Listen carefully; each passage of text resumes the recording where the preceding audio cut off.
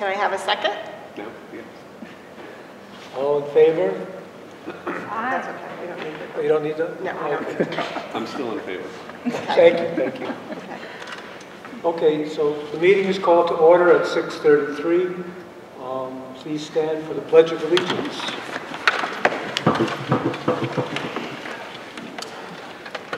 I pledge allegiance To the flag of the United States of America and to the republic for which it stands, one nation, under God, indivisible, with liberty and justice for all.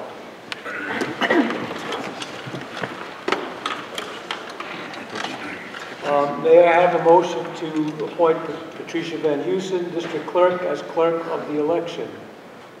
I make a motion to appoint Patricia Van Heusen, District Clerk, as Clerk of the Election.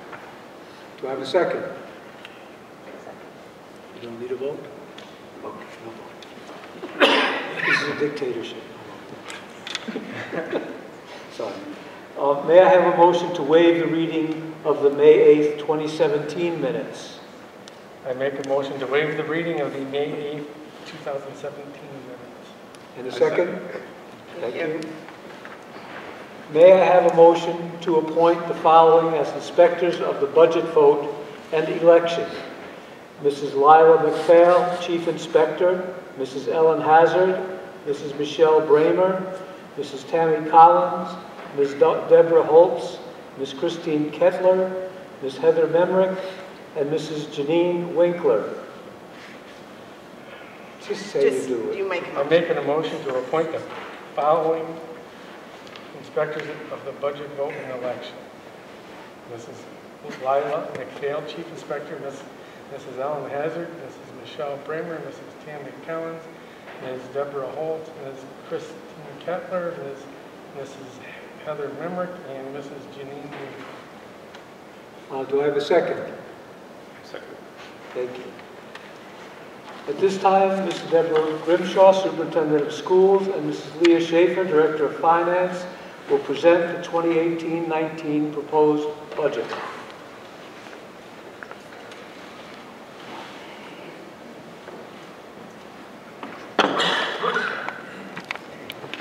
Thank you. Good evening, everyone. Thank you for joining us for this presentation of the 2018-19 proposed budget. This budget hearing is also being videotaped. We'd like to thank CSI member Maverick Wilder for being our videographer this evening and will be placed on the district's website. In December of 2017, the Board of Education adopted a new vision statement for the district. Every learner, together, world ready. This statement represents the future of the district as a place of learning where students are prepared for their future. This budget proposal represents movement towards making that vision a reality. The budget development process actually begins in the late fall and is completed by the efforts of our staff, administrators, the Board of Education, and particularly the Board of Education Finance Committee. As we have done for the past couple of years, part of the budget process involved input from our staff and the community. During this time, the Finance Committee meets regularly to review historical revenue and expense patterns, consider the requested allocations for this budget proposal, and craft recommendations that are shared with the entire Board of Education for decision and action. In tonight's presentation, Mrs. Schaefer will present an overview of the budget, and then I will share additional information about the budget process and the new initiatives that are contained in this budget proposal. I'd like to introduce Leah Schaefer.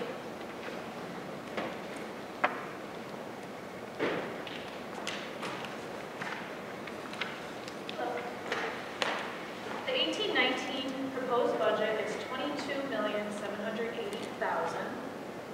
Prior year's budget, 17-18, was $21,885,000.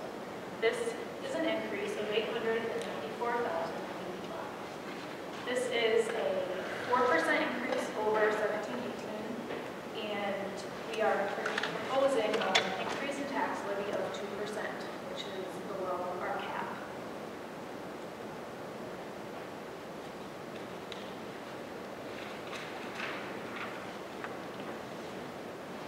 State aid remains the majority of our budgeted revenues at 52%.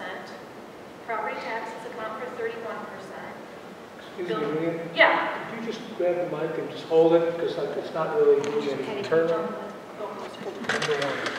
one. Just number one. My voice isn't as loud as Mrs. Grimshaw's. I think it's one of those mic shut. Building 8 is 7.7% of our revenues.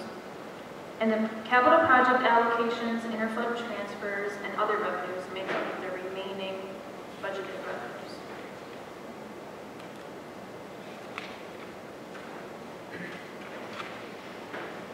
Our expenditures. Our budgeted expenditures consist of instructional costs at 64%, general support at 17%, transportation and debt service both are 7%, and interfund transfers and capital project allocations account for the remaining 4.1%.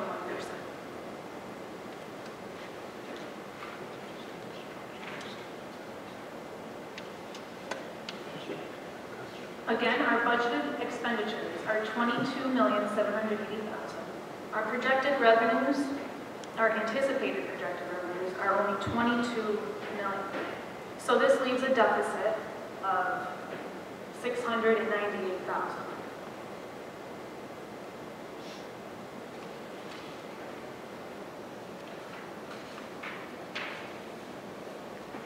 The district plans on using $375,000 of our employee retirement reserve and almost $324,000 of our unrestricted fund balance to cover that deficit.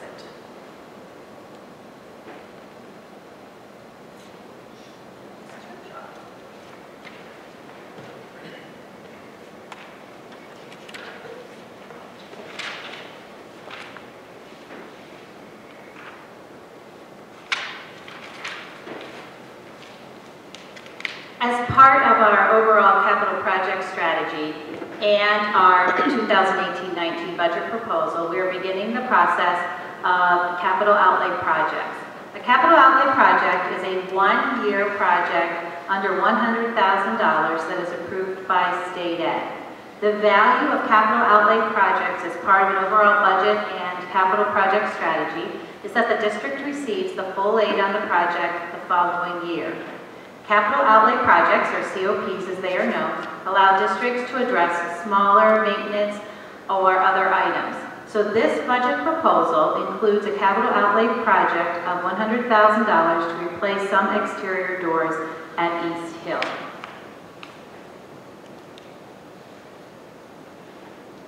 Over the past few years, the budget development process has undergone quite a few transformations and metamorphoses, if you will, in order to make it a process that allows us to present to the public the best budget proposal possible. This year, the Board of Education used the vision statement as the foundation for developing the project. The Board Finance Committee and the Board of Education reviewed past expenditures, our expenditure patterns in major budget areas. We considered current and projected needs. We used a consistent format for department or building proposals. And within that consistent format, there was increased detail to provide for better decision making. The Finance Committee and the Board of Education also considered staff and community suggestions to the budget. Within that process, since late last fall, the Finance Committee meeting of the Board of Education met regularly, and at each of the Board of Education meetings, there was discussion and dialogue about the budget development.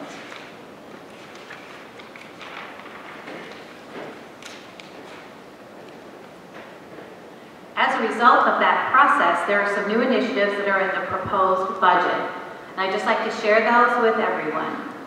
We know that technology is an important part of learning in the 21st century.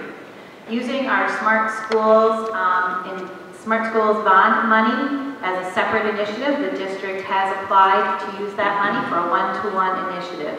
To support that, there are a couple of things that we are looking at in this budget. One is keyboarding and typing instruction at the elementary level.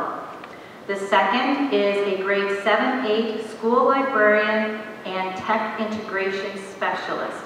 This position will help support library instruction in grades 7 and 8 so that we have continuous library instruction for students in grades K through 12, and also provide K-12 tech integration support for our teachers and our students as we move to a one-to-one environment. There is also the expansion of a part-time art teacher to full-time with accompanying course additions at the high school level. There is an allocation for AP exam costs. There is also allocations for transportation for extracurricular activities for students and also for students seeking academic support, and allocations for clubs and extracurricular activities transportation. There is also the expansion of an account clerk typist position to support increased demands for payroll, benefits, and state ed reporting requirements.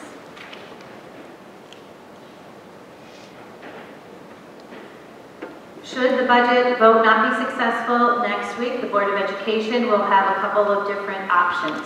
One option is to consider a contingency budget. The contingency budget is slightly less than the proposed budget by $137,642. The tax levy increase would be 0. The impact of a contingency budget is that there's no outside use of school facilities. There are limitations on equipment purchases and non-essential maintenance.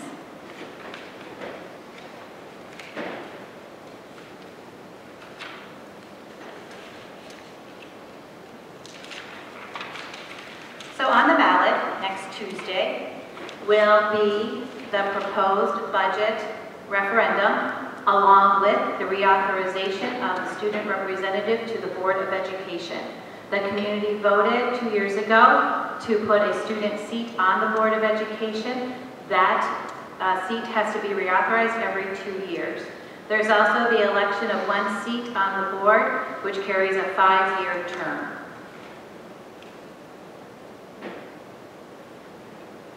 And we'd just like to remind everyone that the budget vote and Board of Education election is Tuesday, May 15th at the Canajoharie High School. Polls are open noon to 9 p.m.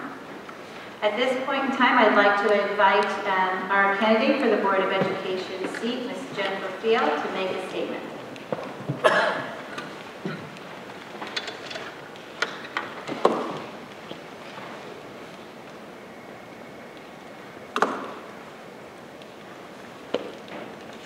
Thank you. I've been asked to answer a few questions, so I'm going to go through them. Good evening. As many of you know, my name is Jennifer Field, and I'm running for the Board of Education. My entire life has been revolved around school.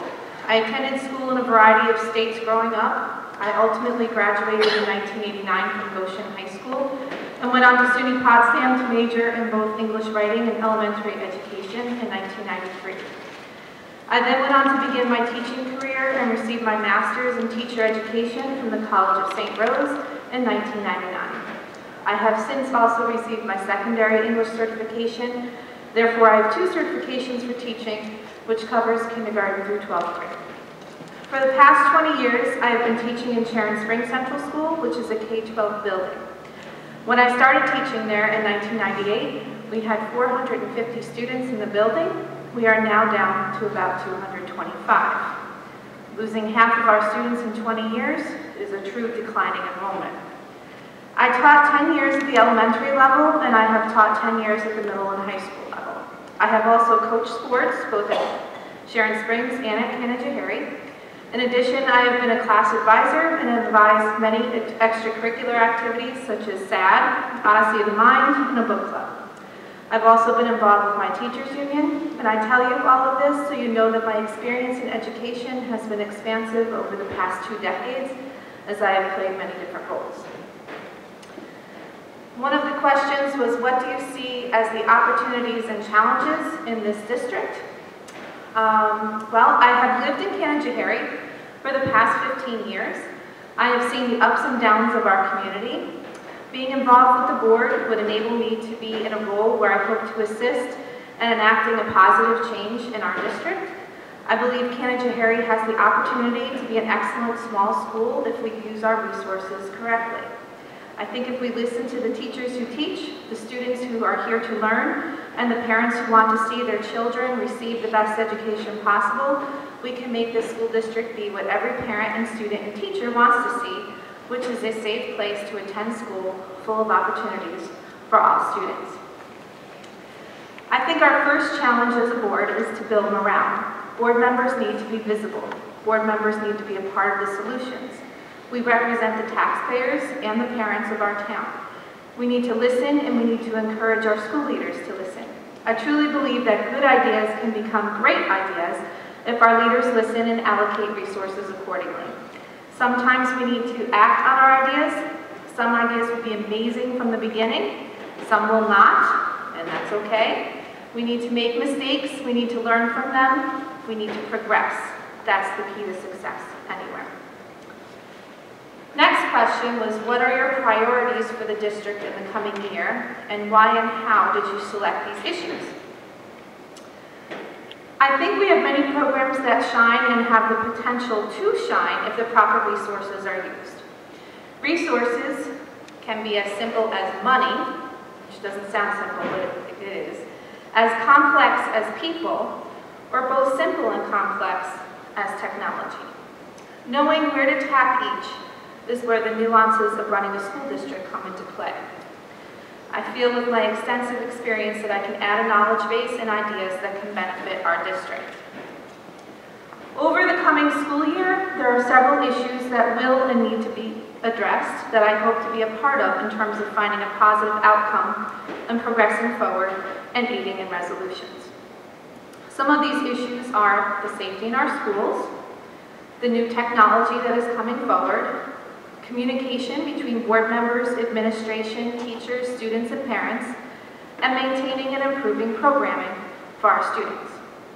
It is imperative that we keep our class sizes to a minimum at our elementary school to aid in strengthening the overall academics and improving the behavioral issues. Our children must start with a strong foundation. The only way for this to be possible is with smaller class sizes.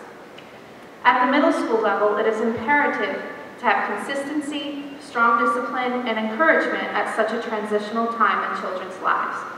At this time when kids are rebelling and acting out, they need guidance that will make boundaries and consequences clear. They need encouragement to try new activities and classes.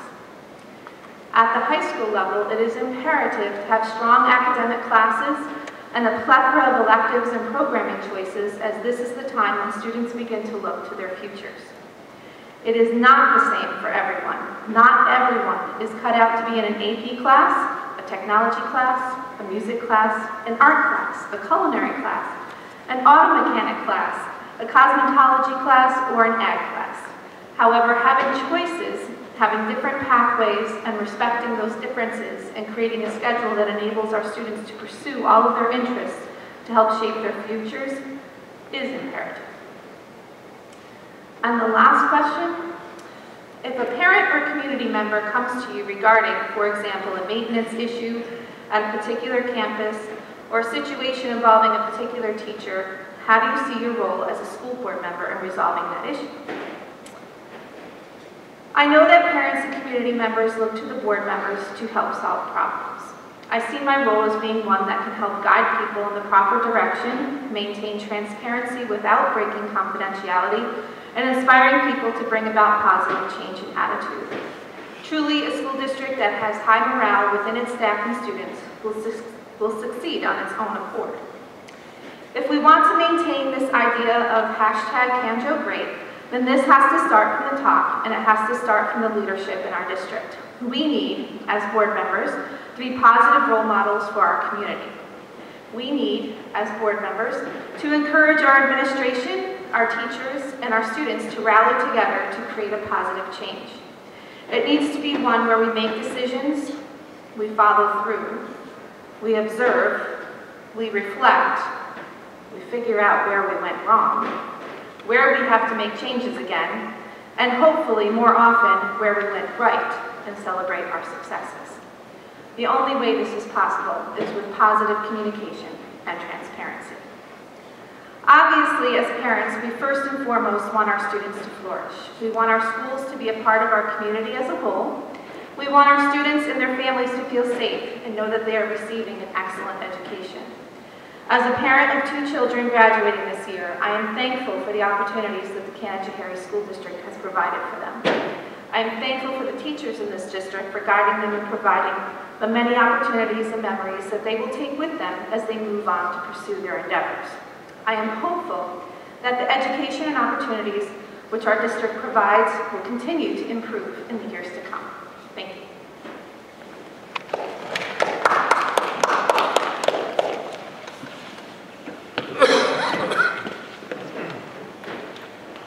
Okay, if there are no questions or comments from the floor, this meeting is adjourned. Thank you for coming. Any comment or questions? So, This is